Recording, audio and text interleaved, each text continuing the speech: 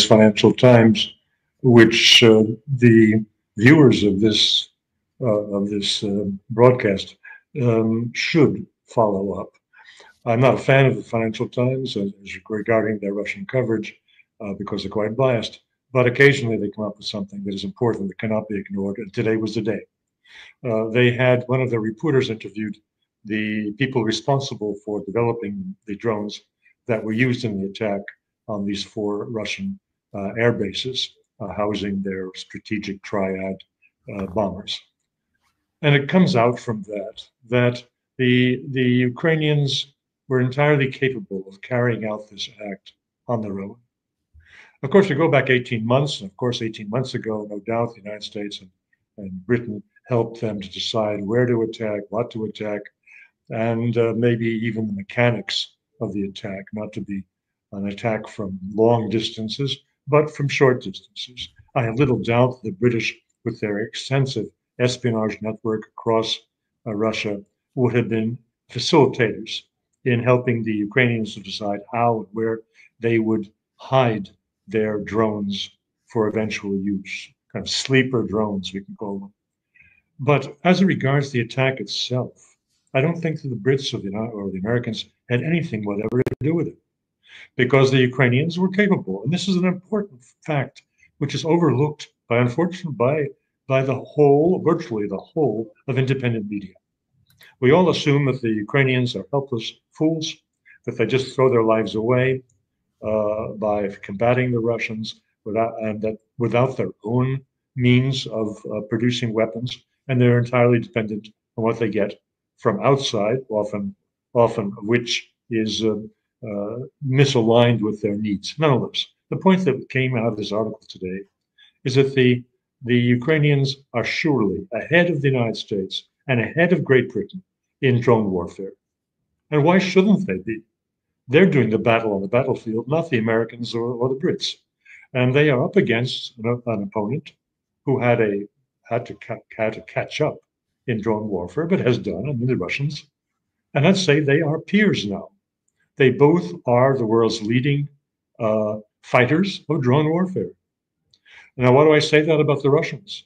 Because I watch Russian television, which some people disparage, but if you watch it properly, you'll get something interesting and useful. The useful point is that the targeting of all Russian activity now on the front is not satellite reconnaissance.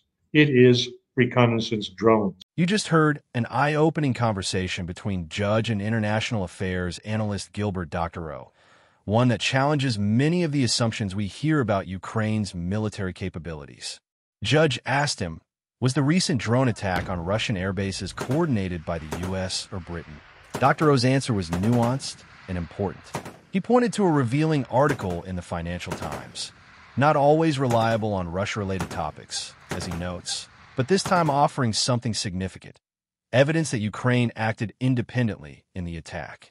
That doesn't mean the West had no role in the past, far from it. But today, according to Doctorow, Ukraine is not only capable of launching these operations on its own, it may now be leading the United States and the UK in drone warfare innovation. Let's unpack why that matters and what it tells us about the evolution of modern conflict. Setting the record straight, Ukraine's military capabilities. One of the most persistent narratives in Western media is that Ukraine is a helpless underdog, surviving only because of massive foreign aid and Western weapon systems. And while it's true that Ukraine receives billions in military support from the US, UK, and EU, the reality on the battlefield is more complex.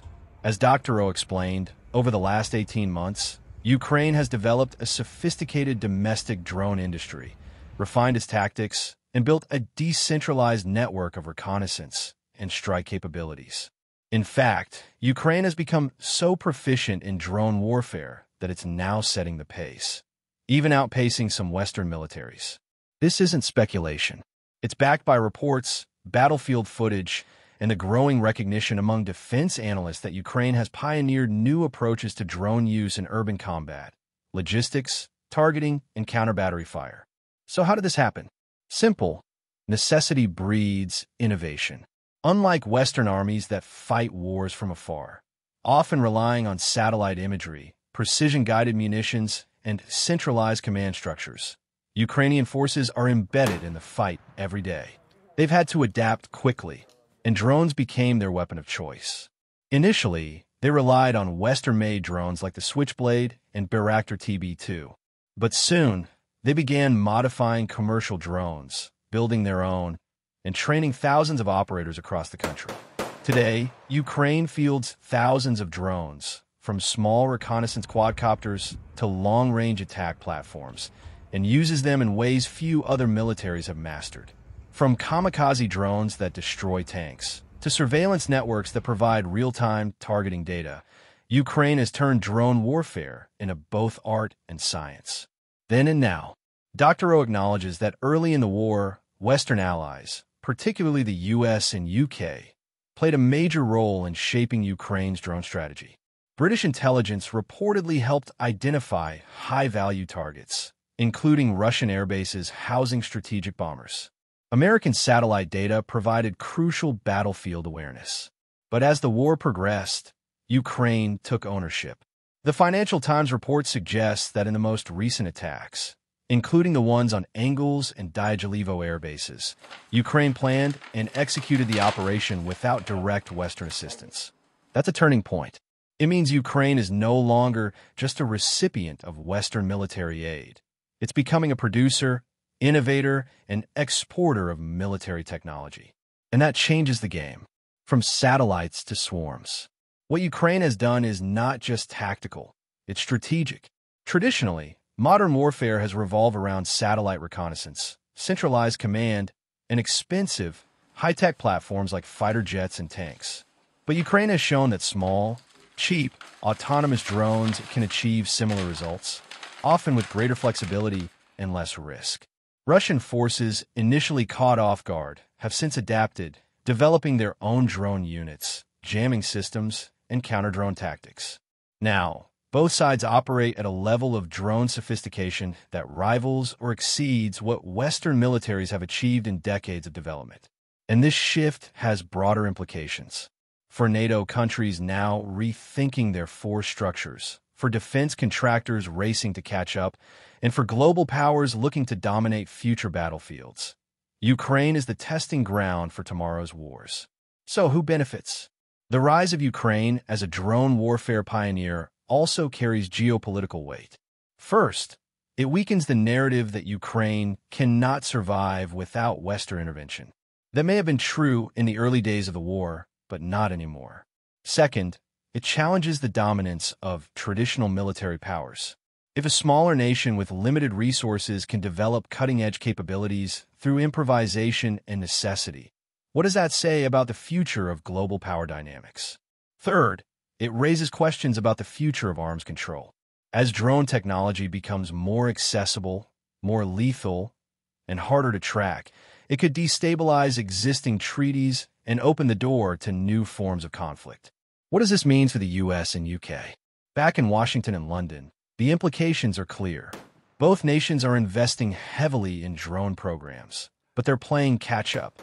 Ukraine's experience shows that decentralized, flexible, low-cost drone networks can outperform rigid, expensive systems in certain environments. That should prompt a reevaluation of how Western militaries approach battlefield technology, especially as they prepare for potential conflicts in contested regions like the South China Sea or Eastern Europe. It also highlights the need for better integration between Western allies and local partners, recognizing that frontline forces often understand the battlefield better than generals sitting thousands of miles away.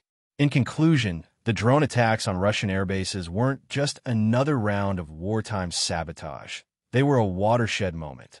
A moment when Ukraine proved it could act independently. A moment when drone warfare crossed into a new era of battlefield dominance. And a moment when the rest of the world realized that the future of war is already here, and it's flying overhead. Stay tuned for more analysis right here on The Informed Perspective. Until next time, stay informed and think critically. I think there's an article in today's Financial Times that viewers of this broadcast should follow up on. I'm not usually a fan of the Financial Times when it comes to their coverage of Russia. They're quite biased, but occasionally they publish something important that cannot be ignored. And today was one of those days. One of their reporters interviewed the people responsible for developing the drones used in the attack on the 4 Russian air bases housing their strategic Triad bombers. From that article, it becomes clear that the Ukrainians were entirely capable of carrying out this operation on their own. Of course, if you go back 18 months, there's no doubt the United States and Britain helped them decide where to attack, what to attack, and maybe even assisted with the mechanics of the operation. Not by launching drones from long distances, but from short ranges. I have little doubt that the British, with their extensive espionage network across Russia, played a role in helping the Ukrainians decide how and where to hide their drones for eventual use, what we might call sleeper drones. But as far as the actual attack is concerned, I don't think the Brits or the Americans were involved at all. The Ukrainians were capable of doing it themselves. And that is an important fact, which has unfortunately been overlooked by virtually the entire independent media. We tend to assume that the Ukrainians are helpless, that they just throw their lives away fighting the Russians without the ability to produce weapons themselves, and that they rely entirely on what they get from abroad, often misaligned with their actual needs. But the key takeaway from today's article is that the Ukrainians are ahead of the United States and Great Britain in drone warfare. And why shouldn't they be? They're the ones doing the fighting on the battlefield, not the Americans or the Brits. They're up against a peer opponent who had to catch up in drone warfare, and has. That opponent is Russia. And now, both Ukraine and Russia are the world's leading practitioners of drone warfare. Why do I say that about the Russians? Because I watch Russian television, something some people disparage, but if you watch it properly, you can learn something useful. The useful insight is this. The targeting of Russian activity on the front lines now isn't primarily guided by satellite reconnaissance. It's driven by reconnaissance drones, which provide instantaneous target locations.